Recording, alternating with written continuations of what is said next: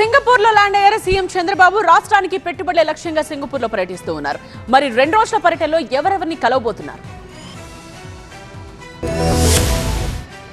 2 రోజుల పర్యటన కోసం సింగపూర్ వెళ్లారు ఏపీ సీఎం చంద్రబాబు. రాజధాని అమరావతి నిర్మాణ ప్రాజెక్టులు సహా రాష్ట్రానికి పెట్టుబడుల్ని ఆకర్షించేందుకు సీఎం బృందం సింగపూర్ వెళ్లింది. సోమవారం ఉదయం ఆ దేశంలోని భారత హైకమిషనర్ శిల్పా కాంబులేతో మొదటగా సీఎం చంద్రబాబు సమావేశమవుతారు. ఆ తర్వాత స్టార్ట్అప్ వెంచర్ క్యాపిటలిస్టులతో జరిగే రౌండ్ టేబుల్ కాన్ఫరెన్స్ కు హాజరవుతారు. అనంతరం యుఎన్ హ్యాబిటాట్ ఎగ్జిక్యూటివ్ డైరెక్టర్ అనక్లాడియా రాస్పాక్ తో విందు సమావేశంలో పాల్గొంటారు సీఎం. ఆ తర్వాత సింగపూర్ సీనియర్ మంత్రి ఎన్ లింగ్ తో భేటీగానున్నారు. YCH logistics executive chairman Robert Yap తోనూ National University of Singapore president professor Tan Eng Chye ని కూడా చంద్రబాబు కలుస్తారు. సింగపూర్ ప్రధానమంత్రి లారెన్స్ వాంగ్ తో కూడా పలు అంశాలపై చర్చిస్తారు.